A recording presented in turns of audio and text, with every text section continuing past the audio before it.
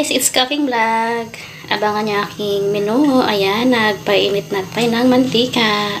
So, ayan, nag-brownish na ang ating garlic. At yan ang aking onion, white onion ang gamit ko. Sadyang pina-brownish ko talaga yung garlic. So, ayan guys, yan ang aking garlic and onion. And yung patata, nilunod ko na din. Gisa-gisa ko lang yung patatas.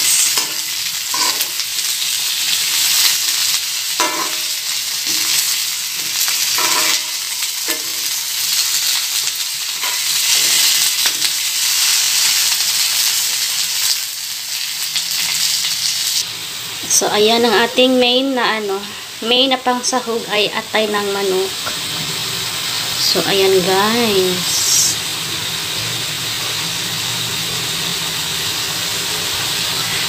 Dumudugo pang aking atay ng manok. So, nito pa siyang i-mix.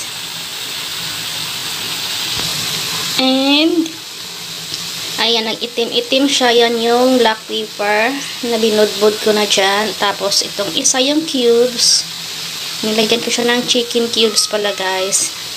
Hindi ko na siya lagyan ng magic sarap. Yan lang. So, ayan, para siyang langitim. Nilagyan ko siya ng konting toyo. And then, yung ating pasarap, yung manghang na green pepper. So, hintayin nga lang natin yung pagluto niya, guys. And, hihinaan ko lang yung apoy. And, balikan natin siya later, guys. Ayan, at takpan muna natin siya. So, ayan, guys.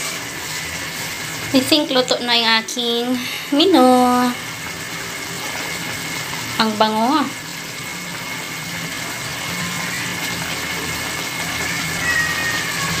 Patatas na may atay ng manok. Diba?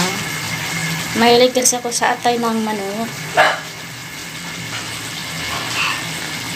So, ayan guys. Thank you for watching.